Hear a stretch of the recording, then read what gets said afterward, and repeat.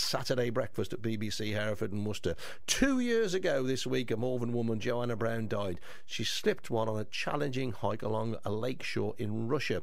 She was on her way back after watching the action at the Beijing Olympics. She was a very enthusiastic sportswoman herself, played netball for her county at university, loved cycling, and had just started rowing. Her family decided to found a trust to help young sportsmen and women, so Joanna's name and enthusiasm lives on.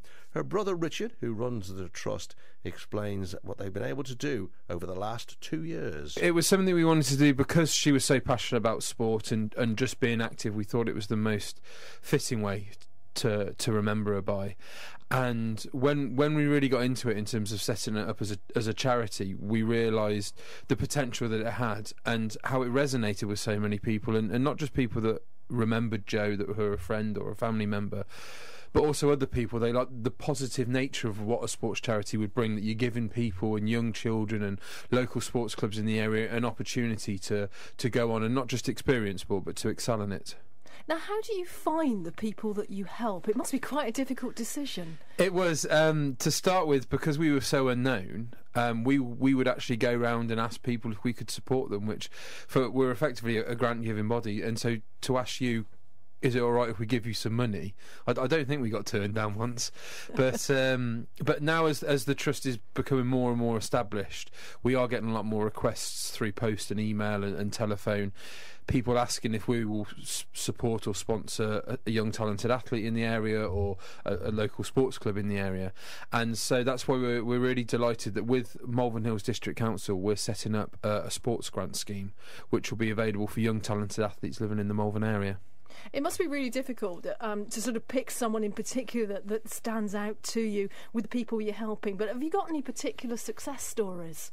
Yes, we have. We've been very lucky to support some great young athletes. There's a young lad who lives in Malvern called Jason Ralph, who goes to Dyson Perrins, a school in Malvern where both me and Jo went, and he's an archer. He's 15 years old now, and he's competing at under 18s level, and we provided him with a £500 grant which he's used to purchase equipment, because bows and all the different things, as we've learnt, is not doesn't come cheap. So we've been very grateful that we've been able to support young talented athletes like Jason, and then the other one that we've been very proud to be able to do is support Barnard's Green Cricket Club in Malvern, because Jo loved her cricket as well, and she'd always be in New Road watching. Graham Hick was her icon, and so Barnard's Green Cricket Club in Malvern it's a great club that we were able to support, and in partnership with the ECB, they've got a new cricket training nets facility down there now, one of the best in the county, and it's great to see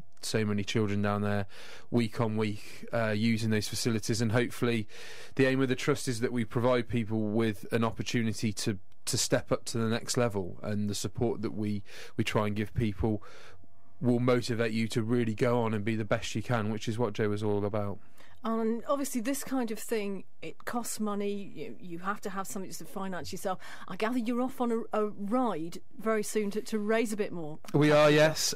Myself and four sort of mutual friends of mine and Jo's, we're going out to Germany to cycle something called the Romantic Road, which is a series of roads that weaves its way through Bavaria and the sort of southern states of Germany.